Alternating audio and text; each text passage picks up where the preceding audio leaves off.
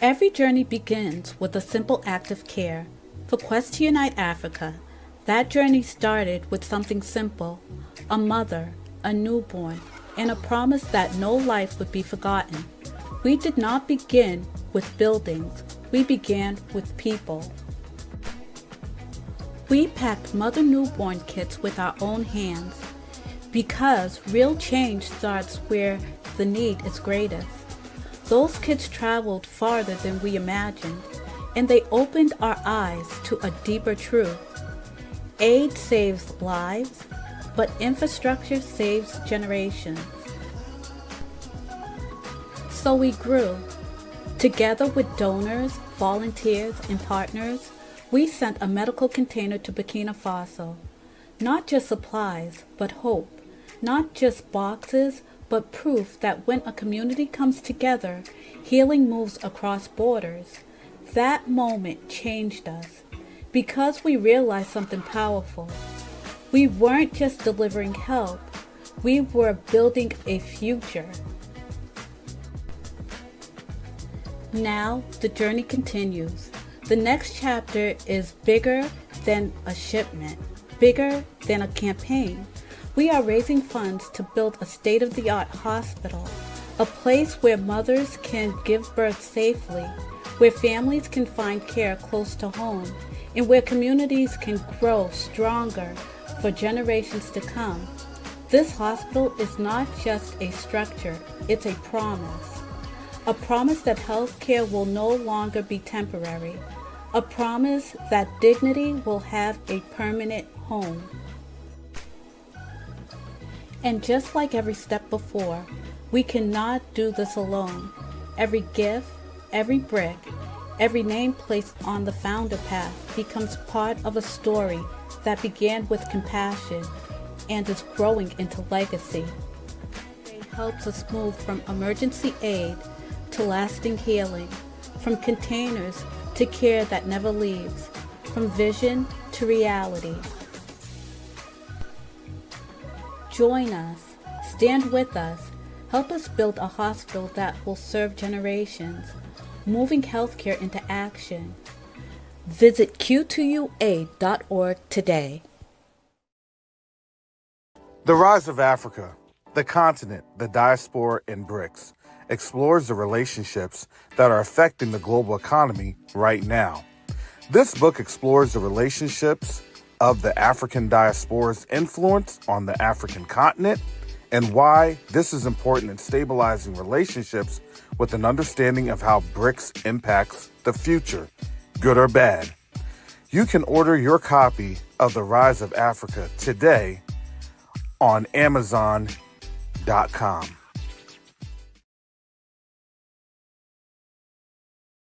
Neo-diplomacy is the new currency. Neo-diplomacy is the new currency. The reason that I can say that is you have a couple of different factors occurring right now as we speak on the world stage. The dollar is being disrupted.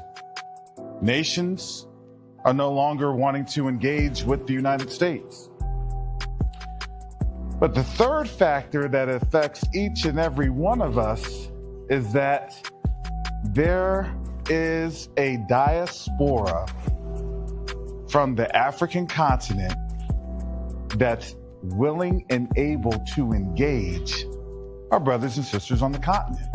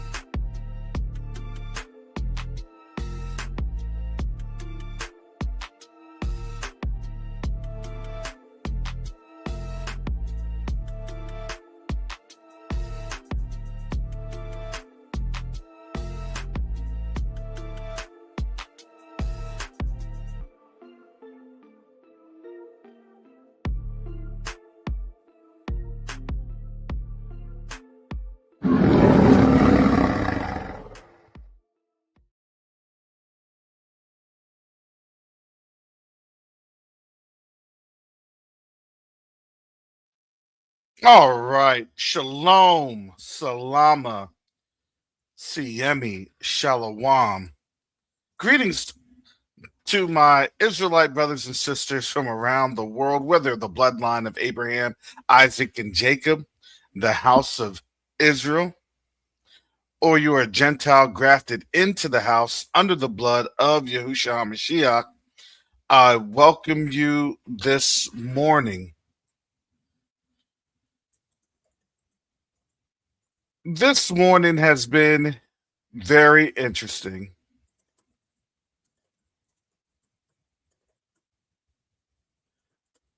because as we had talked about, I would say, the strategy of everything that's going on, we now see all of the strategies going on. The tough talk with Iran, the peace proposals, all of these different things internationally. And the reason why I put this on out there for the day 73, and I'm going into that consecutive order, because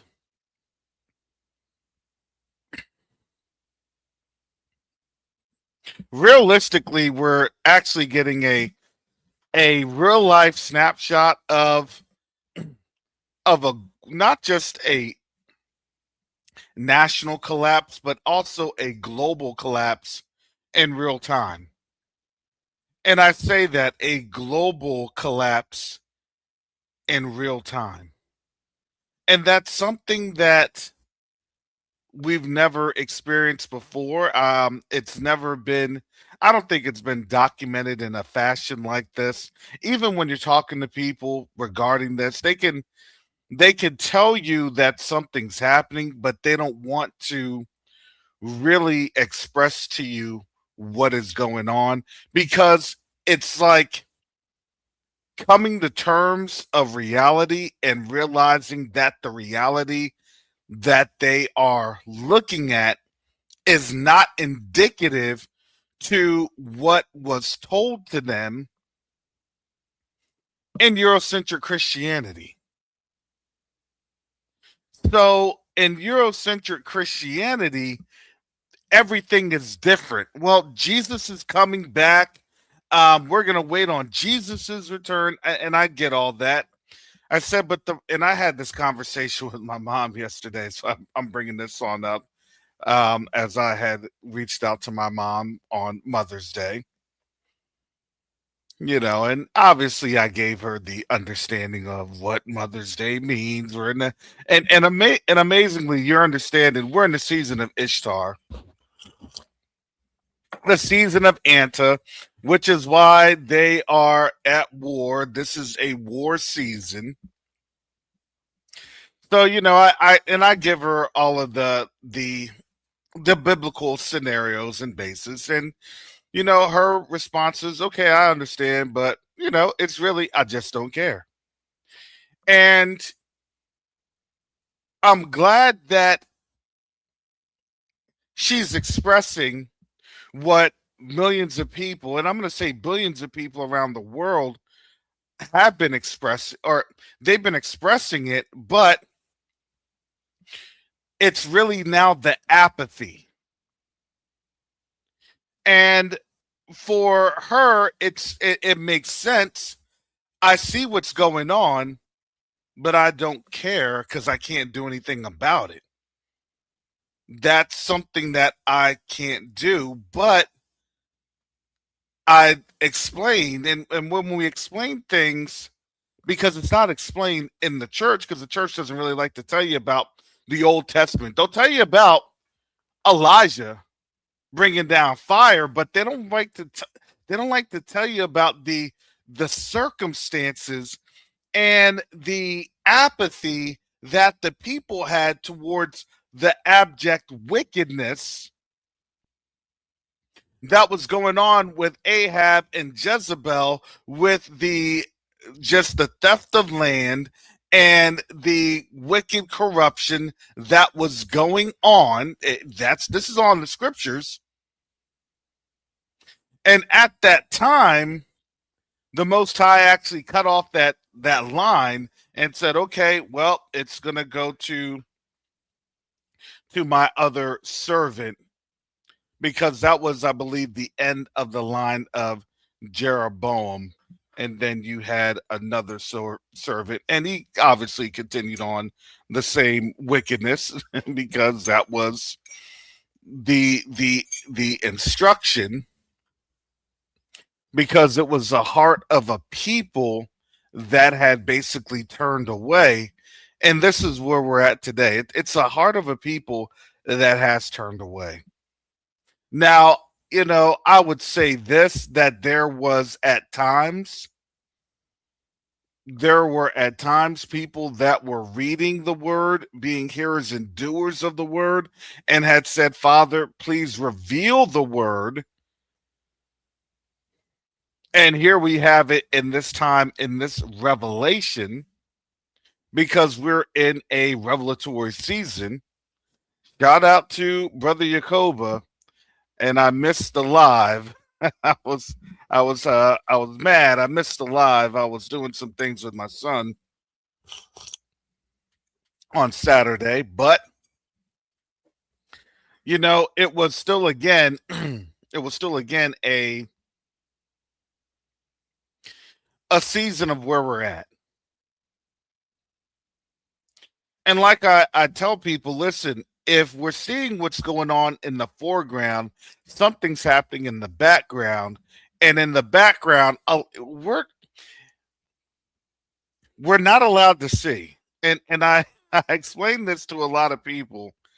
And I know that frustrates people, because we all wear the flesh suit. If you are a hostage and they're planning for your rescue,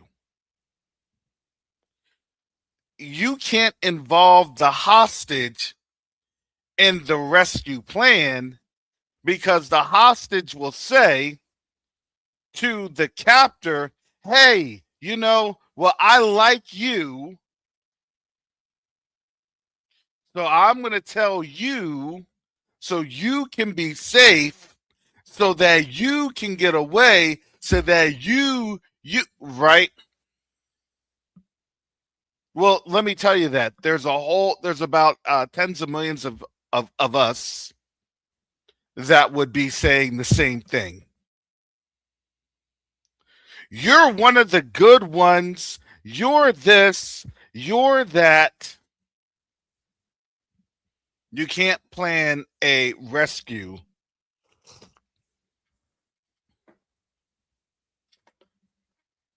when you are in captivity. It just doesn't work.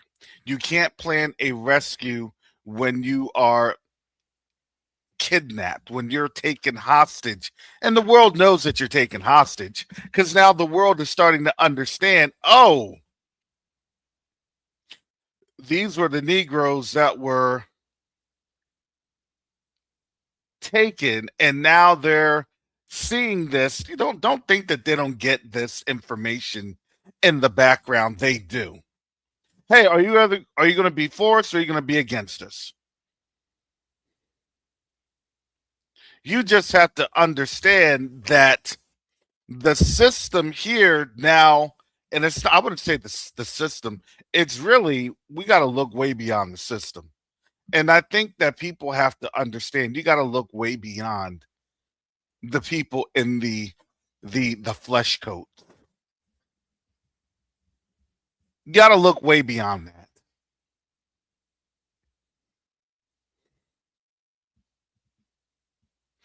You have to actually look at the principality that person is standing up for or standing up with. You have to understand that this war is a war of principalities. The nations don't get destroyed after this. I'm sorry, it doesn't happen, because even when you read Isaiah chapters 60 through 66, it says the nations that don't come to give their offerings, then that nation doesn't see rain. That nation is not blessed. Oh, so there's nations. Yes, there's nations. When Yahusha returns, there's a prerequisite. The people are back home and they're living in the land of unwalled villages.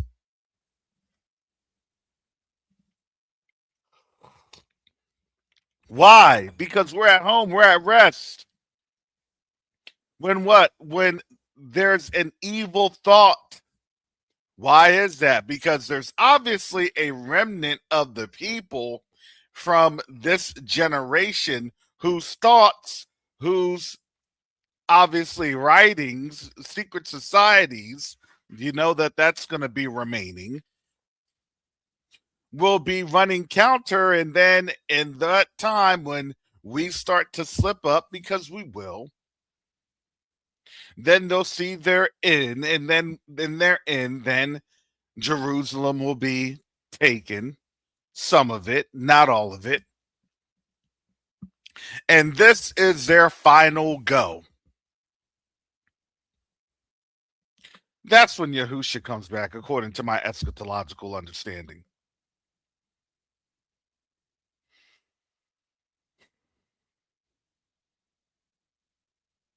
But in the meantime, in the in between time, there are peace deals that are being rejected. There's oil that is running amiss in terms of the prices.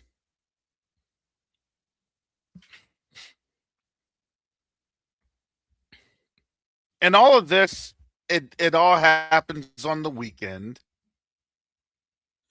And now their playbook of they're going to say something again this week. Probably not. You know, the game that they're trying to play with Iran and with China.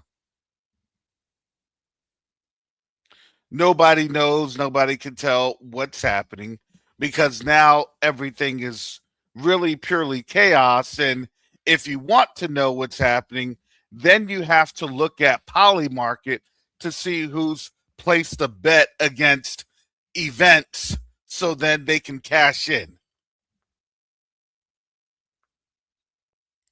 That's pretty horrible.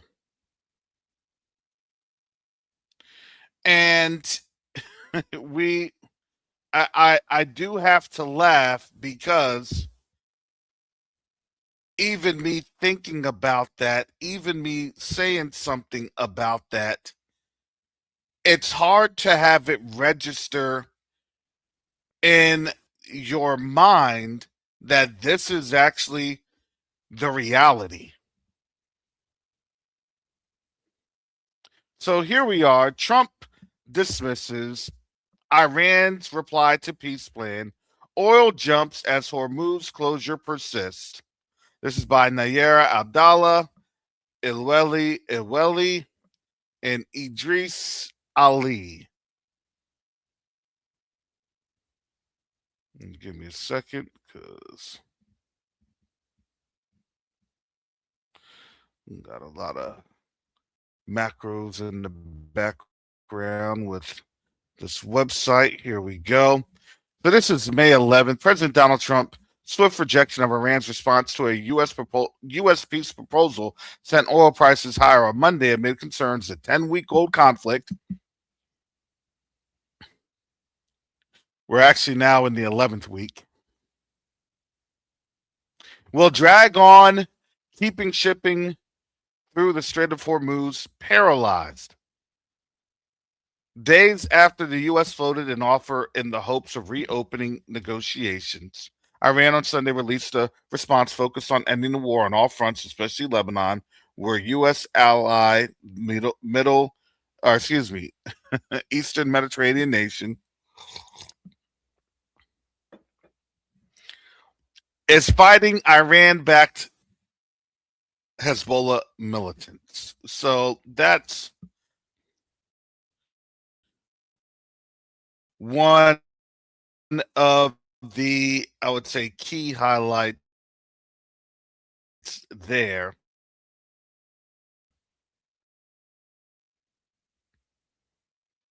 A whole bunch of other stuff here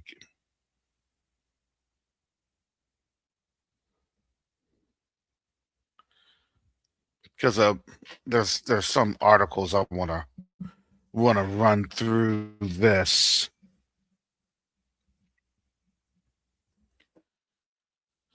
This is from Weon.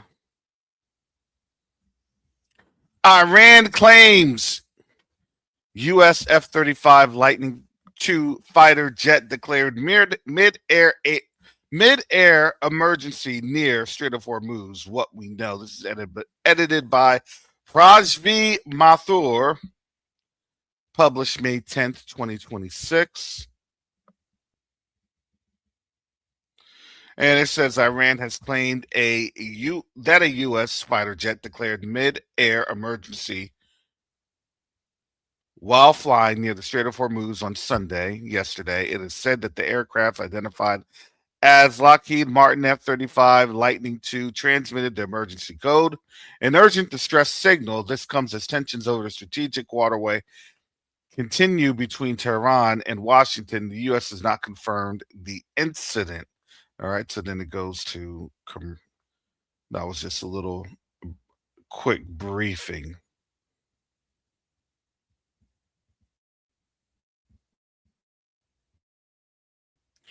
And this is from Jerusalem Post.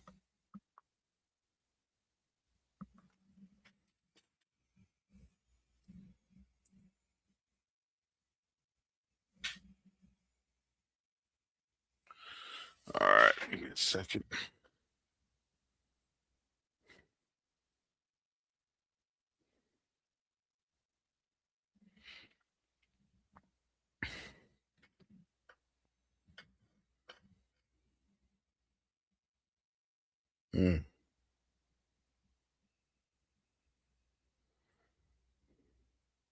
Sorry, my browser's running a little slow, so please bear with me.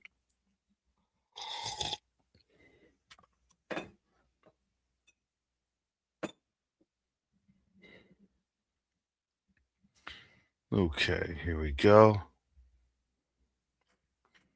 So, a commercial cargo vessel from Abu Dhabi was struck by a drone on Sunday morning off the coast of Doha, the Qatari Defense Ministry confirmed in an afternoon statement, confirming an early report from the UK Maritime Trade Operations, UKMTO.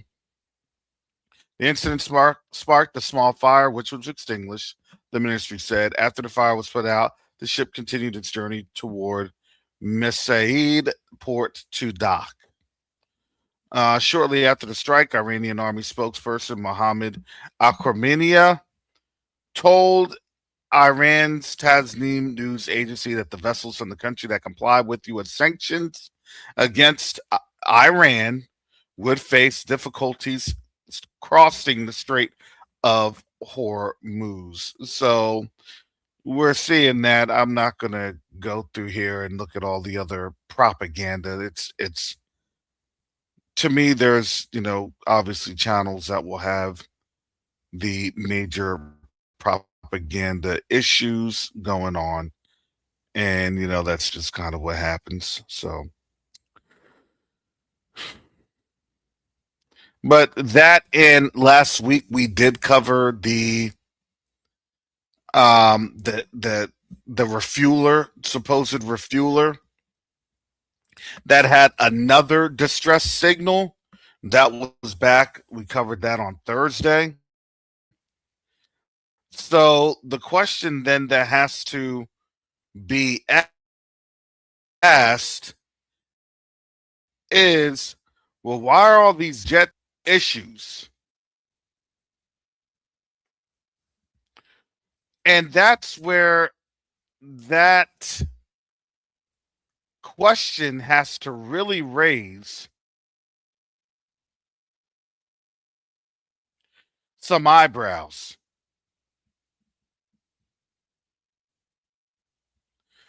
Because right now, as we have been looking at everything, the security situation around the world, and when I say security, I also do mean global economics, right? And their security is their economic posture that has created the global economics, and now the underpinnings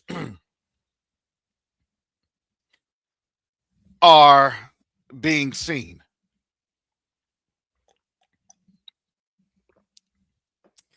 Iran war is crushing Asia's farmers, threatening global food supply. Prices of fuel and fertilizer are pushing farmers to make irreversible cuts as they enter key planting seasons. And we talked about this last week. This is May 9th. This is back on Saturday.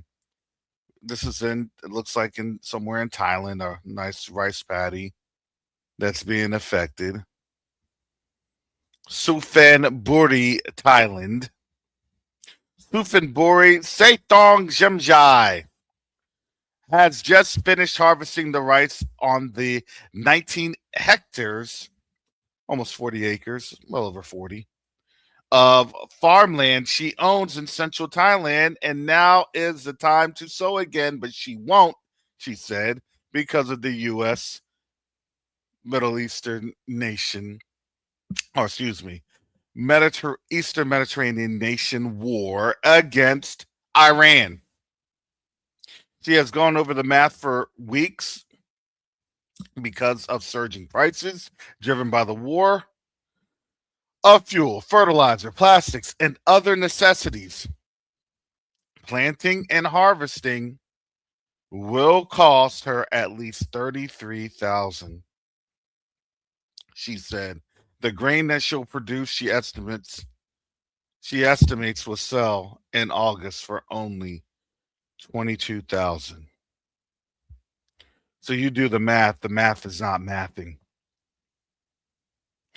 She said a confirmed loss. Setong, 53, concluded she'd rather let her land bake under the yellow husk from last season. We're not going to sink the resources, she said. Not in this situation. So she has a little irrigation channel. The standoff between President Donald Trump and Iran that has brought shipping to a virtual halt in the Persian Gulf has set off supply chain shocks that are upending lives of thousands of miles away in Asia, raising costs for farmers at the start of key planting seasons that will sharply reduce crop yields in the second half of the year and beyond. Do you understand now where this famine is coming to and where it's going to go to? So we understand famine, but the reality is it doesn't necessarily hit us first. It's going to hit other people first. Now we're starting to see the shock of oil and the shock of this war start to hit, as we had stated, about mid-May, early June. That's what they were trying to aim for, right? People out of school,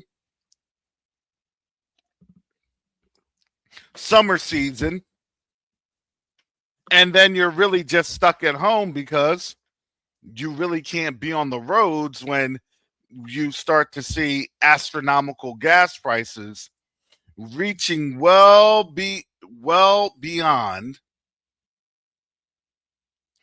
$6.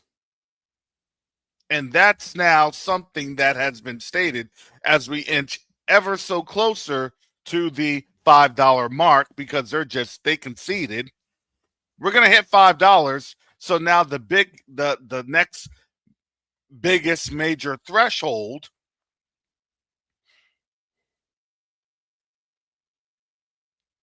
is going to be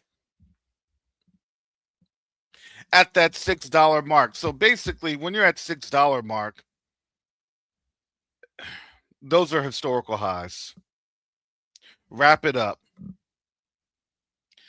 That's called energy lockdown for a reason.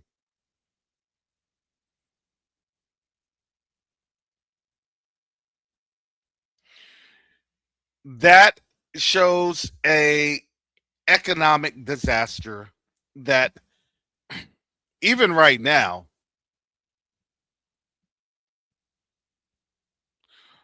we have had. Yes, I'm reading the comments on in there.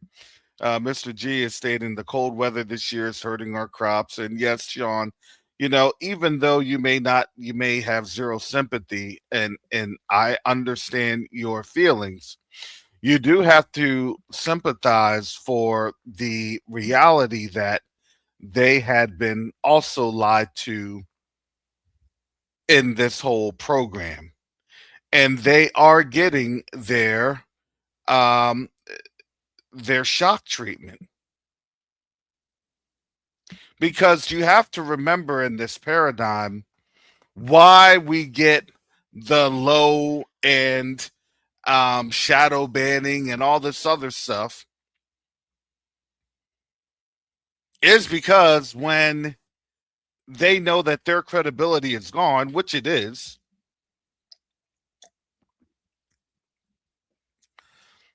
because now you're starting to see in these TikTok arenas of Caucasian folks saying, you know what, we should have listened to black people. We should have, but at the same time, here's what I don't like. I don't like when they say that we should have listened to black people, and then it's, can you save us?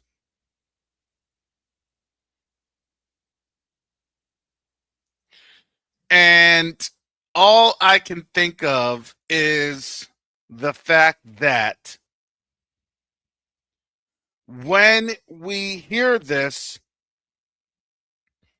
there's no sorrow, there's no compassion, there's no sympathy or empathy. There's none of that. We're recognizing that this is, even if they say partially due to the trauma that you all had inflicted on you during the transatlantic slave trade. There's none of that. So there's no compassion. And it's not that I'm trying to be heartless. And Sean, I'm not thinking that you're trying to be heartless. But it is one of those things where, well, I'm sorry that you're going through what you're going through, but it was back in the DARE program back in the 90s with the omelet, and this is your brain on drugs and everything else. And now it's like, well, now you want to have us have compassion for you with you being on drugs, on fentanyl, administering methadone and everything else. Did you know how quickly that pushback was when they're like, yeah, we got to do the methadone? Black folks said, well, I'm sorry, that person's going to expire. I'm not going to do that.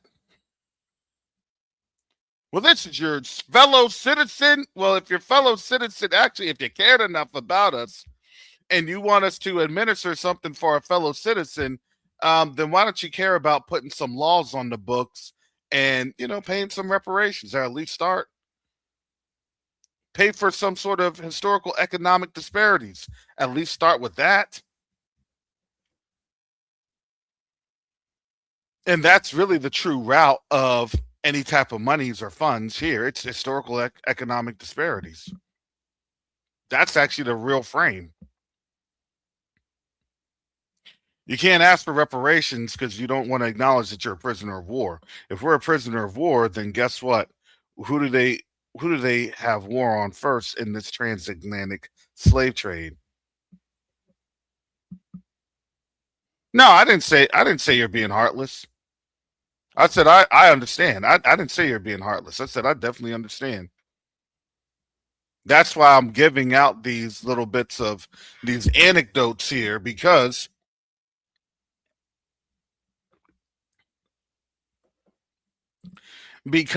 you know now that they're in the pinch because we said it. Look, this was going to happen. This is happening. This is where things are going. Oh, and if you don't believe me,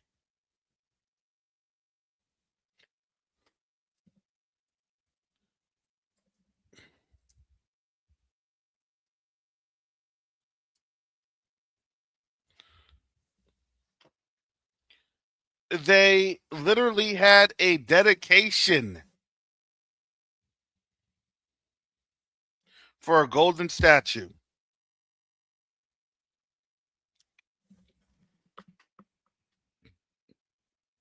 And I laugh because as I did my little thumbnail for this,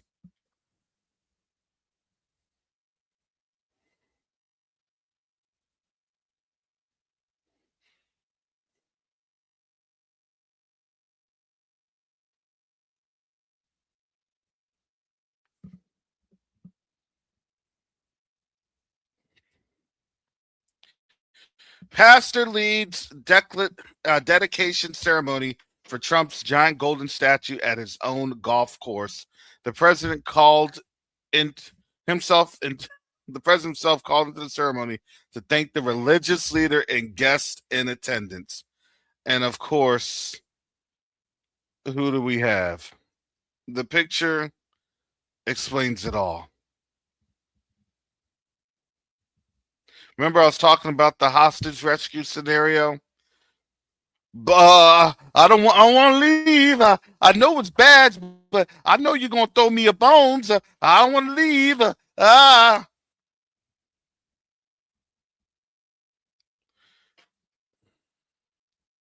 Presided over by an evangelical pastor. Wow. 22-foot colossus depicts a president thrusting his fist into the air. You know, isn't that?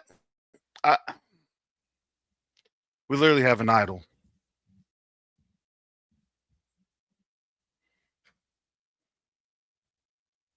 Gee,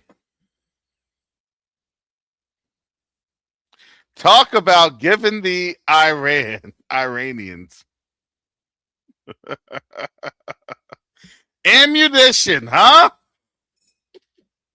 You all are nothing but a bunch of idol worshippers. Wow.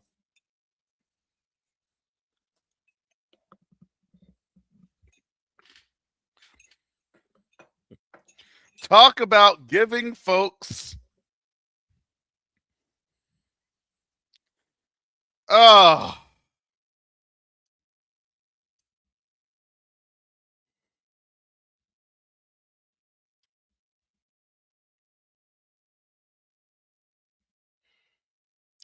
look, look. I'll read some of these comments.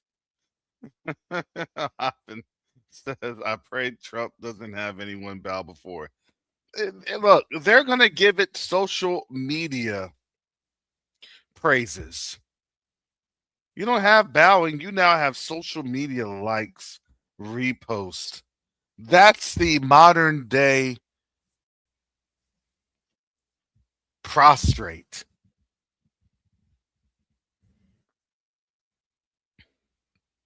Sorry, we have been filled with Baal worshippers. This is why the failing peace proposals are happening. Because why? Because we're dealing with a modern day Nebuchadnezzar.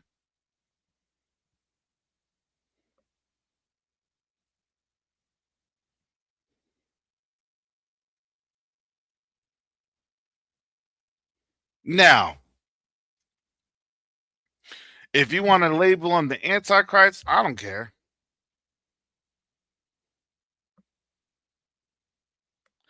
All I'm going to label him is the Most High has put him in this position to be obviously a catalyst for the end of our captivity.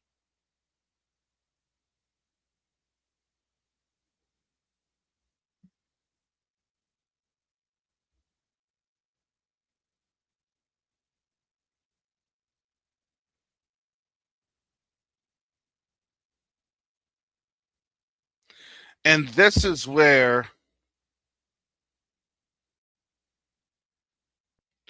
as we continue to see our captivity diminish,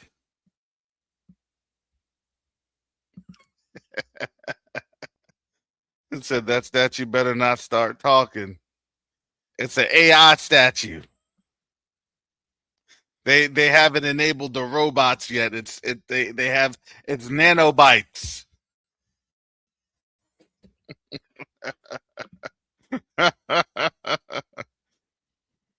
They're just making sure it's weather tested before they can get it up and going before either June 14th, either his birthday or, man, we're less than 60 days from Independence Day. And I told you we're in a very interesting window.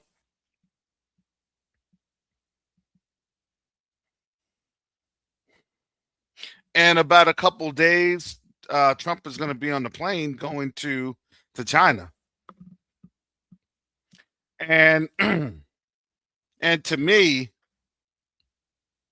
you know, I would say these stunts and these gimmicks, they happen because more than likely there's going to be some sort of news or declarations that will be made in Beijing to Trump's face.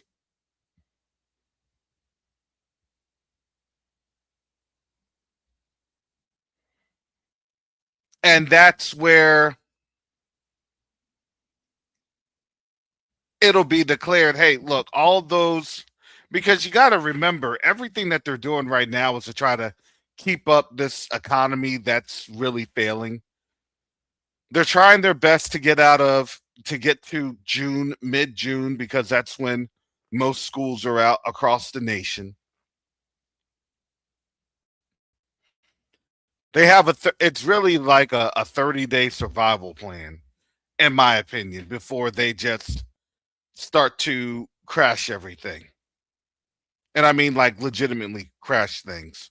So when people are at the peak of this stock market, and we're in the 30-day bubble peak. That's just my analysis. I'm not this is not financial advice. I'm just giving you my analysis on things. Because even when things will cook up, things will break down. Just like what we're seeing here.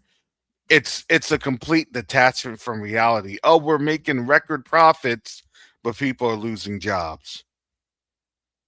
And all they're trying to do and ask us to do is, hey, can you all, start this thing off and we got your back? And we're saying, absolutely not. Well, isn't it hurting you all too? Yeah, it may be hurting us, but we're used to this pain. We're used to this pain. Yeah, it hurts. But we've been dealing with this our whole lives. Y'all just been dealing with this for a few years. We know how to slice down that block of government cheese. We know how to cut down that block of government butter. We know how to boil that rice up.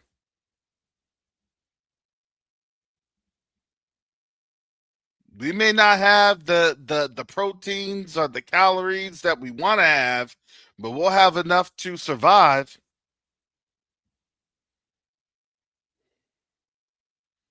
The Most High will allow us to get some portions of meat, and we'll do what we need to do, get that thing in the freezer, pull out just every so often, but we know how to make it work. We know about grits. We know about black eyed peas and rice. And we'll hook it on up.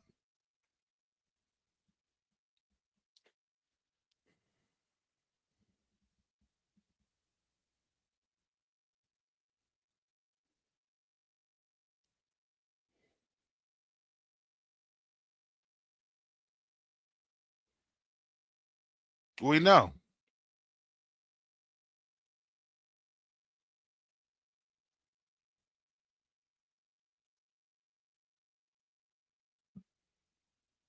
So when the worst comes to worst, we won't be crying. Matter of fact, we're not crying. Matter of fact, we're doing what the Most High is opening up these doors for us to do.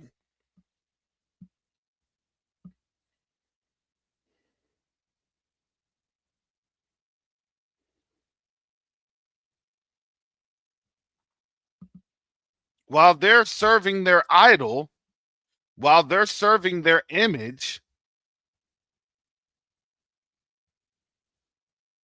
like we said, that's what they were be doing. Look, we all know what this thing is leading to. We've said it before, and we'll say it again, and we'll keep saying it until the time our deliverance happens.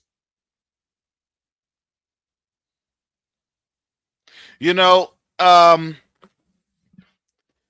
shout out to Brother Yakova because he was bringing in some really meaty information on Saturday. If you hadn't seen it, if you don't know what I'm talking about, I'm pretty sure most of y'all do.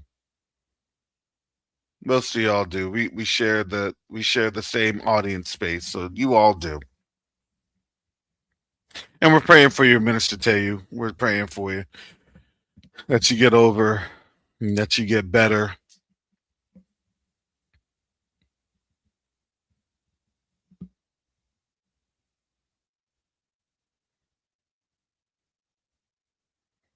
We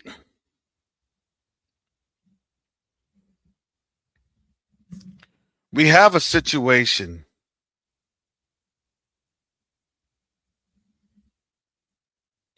where, as I was, I sometimes, you know what I actually hate sometimes?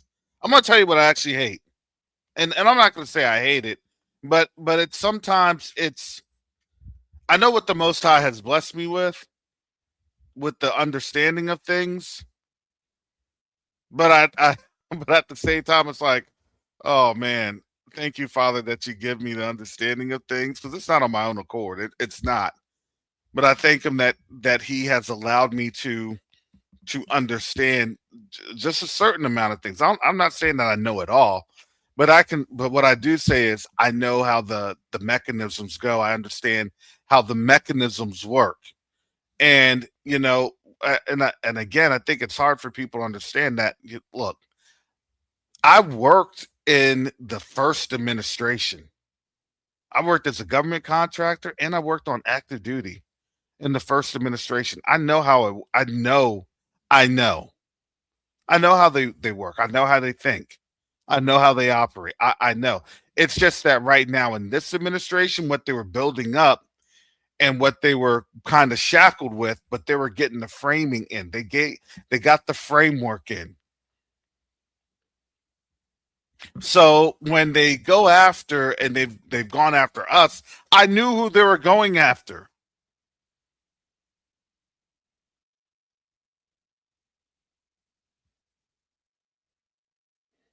because I could see it. I was there. I understood it.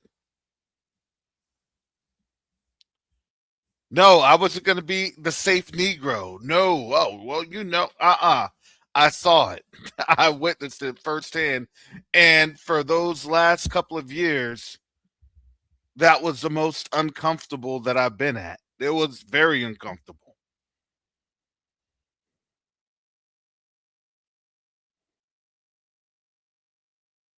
And I kind of laughed.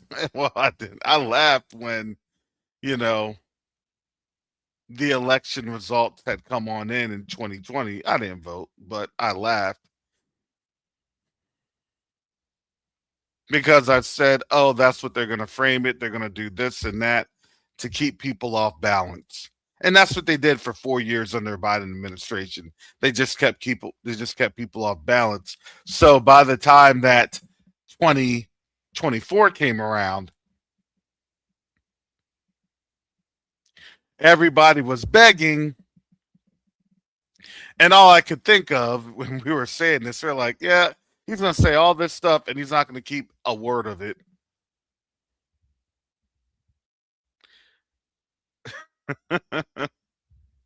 And that's what's happened. I'm still waiting on that maternity leave. Right? Maternity leave? Is anybody still waiting on the tariff refund checks?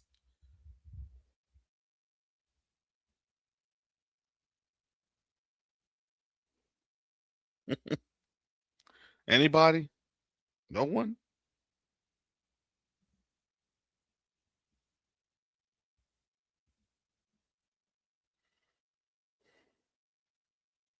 And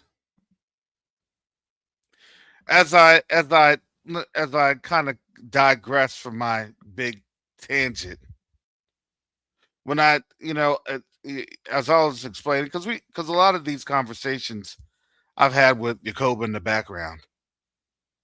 Hey, look, I'm like, this is how I see it. This is how it's going to go. These are the legal mechanisms. But you also have to remember, I'm a researcher too, and I did write a book, The Rise of Africa, the Continent, the Diaspora and BRICS. And there are some conversations that I hold with certain people in the background. This on the continent.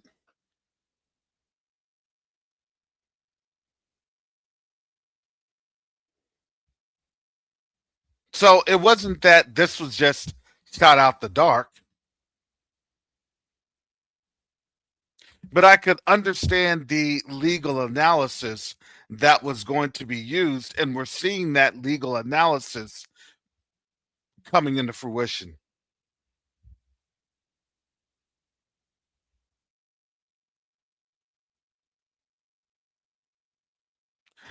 So, bottom line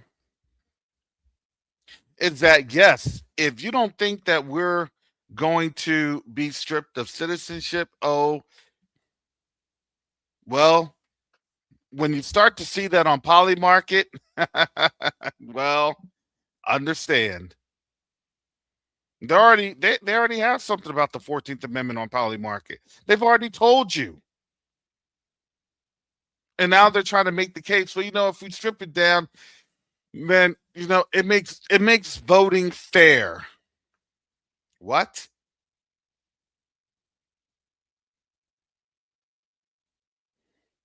Now you see a whole bunch of black folks nervous. What do you mean makes voting fair? We see what you're trying to do. We understand what you're trying. That's what they're now seeing. Well, if you do that, you're going to strip us of our citizenship. And then they'll have the argument. Well, again, technically, actually, we've been saying you all are actually here illegally anyway. Because why? Because we brought you here illegally.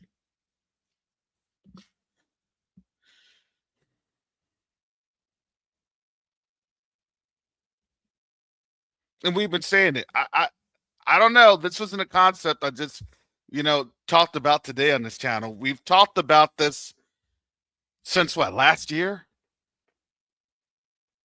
Year before that? But we delved into it last year when they finally brought that on up. Because we said, yep, probably by midsummer. Well, gee, why midsummer? Because now when they collapse the gas, when transportation isn't as readily available, well, then guess what ends up happening? You ain't got no logistics. Hard to plan something in your most nascent militaristic planning if you ain't got no fuel, if you ain't got no food. Why is that? Because if you keep people hungry and incapacitated, it just makes it easier to get rid of people. Now, I would say that you'll probably now start hearing some things from the African Union because again, they're looking at mid-June. So, here's what I'm thinking. Here's my thought process since I know how international strategic military or diplomatic political media sources are. You'll probably start hearing probably sometime next week. You'll probably hear some rumblings first from Africa of, hey, we understand what you're trying to do, but we're asking for safety for our family. Who will lead that measure? Will it be Ghana? Will it be the African Union? At that point, I don't know. But then you'll probably hear the Europeans say the same thing. Hey, please make sure, please take due care. Because again, Europe doesn't want to lose access to Africa's resources.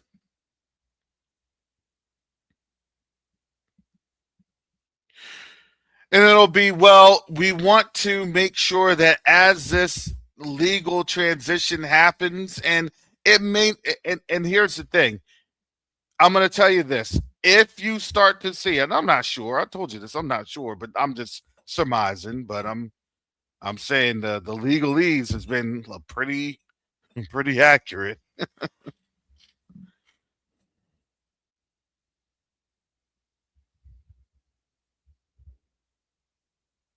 Yeah, now they're talking about that. Yeah, you're right now, Mac Freeman. Now they're talking about that. But remember when we were saying something like that, that was, oh, you lost your mind. You remember we were saying that? Nope, nope. That's never gonna happen.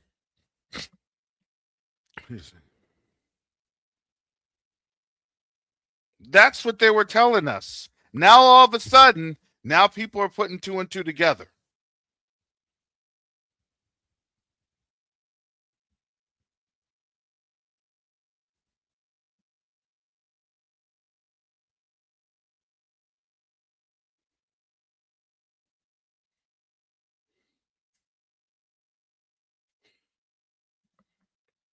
And it is pretty, I'm not gonna say it's funny, but it's pretty sad to see where this is going because there had to be a mechanism to get us up on out of here. And what are people going to do? Well, where are we going to go? What are we going to do?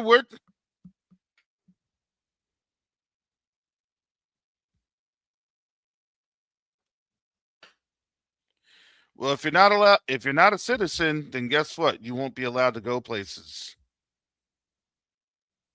You'll have to be in holding. You'll have to be in a detention camp. You'll have to be in facilities to do what? To get processed. See, these are the things that they don't want to tell you. This is why they had to have an increase in all them ICE agents. And yes, if you're a black person as an ICE agent, yeah, you will be detained too. But I was just working with you all a few weeks ago. I thought we were cool. Larry, Greg, come on, Julia. Come on, you know me. You know me, Julia. Greg. We were just having stinks together the other day.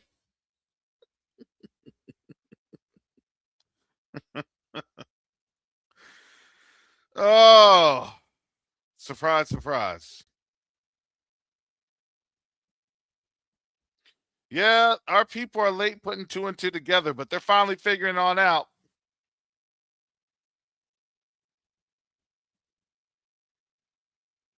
So it wouldn't be surprising, probably next week after the China trip and things of that nature.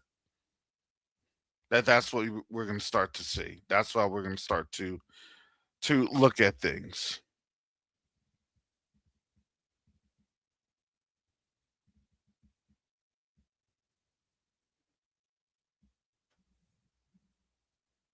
And so that's that's something, family. That's something. Well, again, for those, I know we're living in some interesting times. So if you'd like to bless this channel, you may do so here. I appreciate your support. It does help. I also appreciate your prayers, family. The prayers of the righteous availeth much. And let me tell you, without telling you much, the Most High is doing some interesting things in the background. He's doing some interesting things, and so with that, I just ask that you continue to keep us in prayer, keep Q2A in prayer, um, as things are really progressing in a very interesting manner. Um, and the support it does, it's not in vain at all. When you're supporting these channels, these platforms, these organizations, these ministries, these missions, it's not in vain. When people are asking for help because the Most High has placed it in our spirit. Look, even asking for help is it's hurt. It hurts to ask for help because we've learned in this system you can't really ask for help. Why are you asking me for help? Why can't you do? Why can't you? And that's something that we really have to. It is a humility factor for them. They won't. They'll ask for help gladly. Well, I need this. You need to give me this. I'm not going to finish up this live stream until I got $5,000 in the collection plate. What?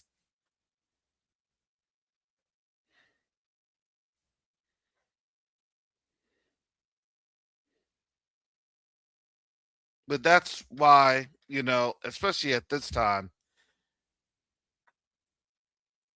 we see what's happening. We see what's going on.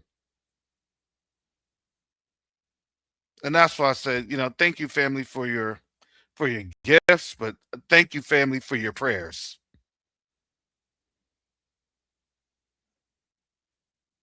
For these projects, for these programs that we are doing in the background. Especially when we're doing it as we're getting visible spiritual warfare.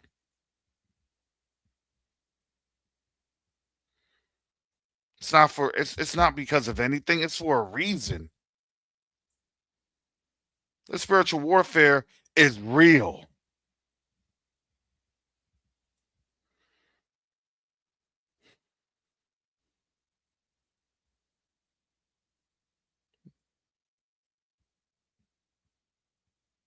So with that, again, I do have some things that I got to do today. Some interesting things. I think the Most High, because in His season, I'll be able to share, because we need a testimony. Hallelujah. No, the Most High is good. I could give you testimony for days. I really could. Thank you, Minister Rick, for the gift. Hallelujah. With that said, family, I got to get up on out of here. And in 2 weeks, 2 weeks from the day, 2 weeks from the day, excuse me, I will obviously have our Covenant Awakenings Extended Edition, Covenant Awakenings Extended Edition, Most High willing, and we'll chop it on up with the family. So with that said, Shalom, Salama, Siyemi, Shalom, peace and blessings, Yasharel.